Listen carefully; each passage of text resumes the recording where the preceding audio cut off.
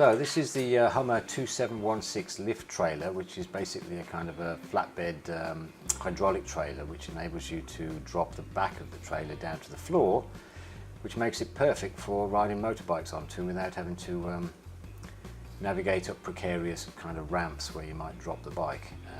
It's also wide enough for two bikes side by side, and it's easy to operate single-handedly. So we got this basically because on occasion where we want to go and ride somewhere which is a long way away and it would otherwise involve several days of riding on motorways and so on to get there, that we thought it'd be better for us to just take the bikes, go to the location and fan out from the location where the riding's good. And it also gives us the advantage, of course, that we've got the car with us, and if it's raining we can just go into the location with the car rather than just getting soaking wet.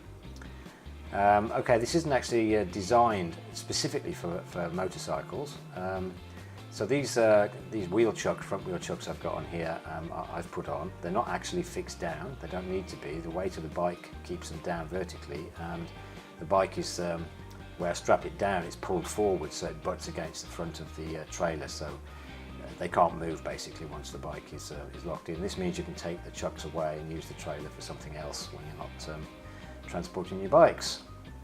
So it's quite important to kind of strap them down and ratchet them down tight, and as you can see, compress the front forks to compress the suspension. So if we go over bumps with the trailer, you're not going to get too much movement of the front suspension on the bike. And we do the same with the back suspension when we strap the backs down.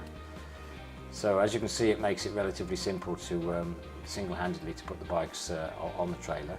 And it's a really good solution. So the one I'm putting on now, I've had to put a wooden block between it and the extreme front of the trailer so that it pushes it back a little bit to stop the handlebars rubbing against each other. So the one bike's set back a little bit from the other one, but the principle's the same. And then we strap the back down in exactly the same way. I did have to actually put some extra, when I ordered it, to put some extra fixings in the back so I could get two fixings on the back as well. And that you can see probably that the number plate clips out to the side, sticking out on the right there at the back when you're putting the bikes on and off. And then when you're underway, it just flicks over again and you've got your number plate on the back. It's a very good solution. It's not cheap, but it's once you've got one, it's really good. And you can see here how once I've got the bikes on, I've only got the single straps on the back at the moment. I normally have to have two more going off to the sides. This is the way you put it back up to motoring level, so it goes flat again. You pump it up, it clicks into place, and then you put the handle away, and there's a neat little box at the front of the trailer that carries all that stuff. So there it is, the Hummer 2716 lift trailer, thoroughly recommended.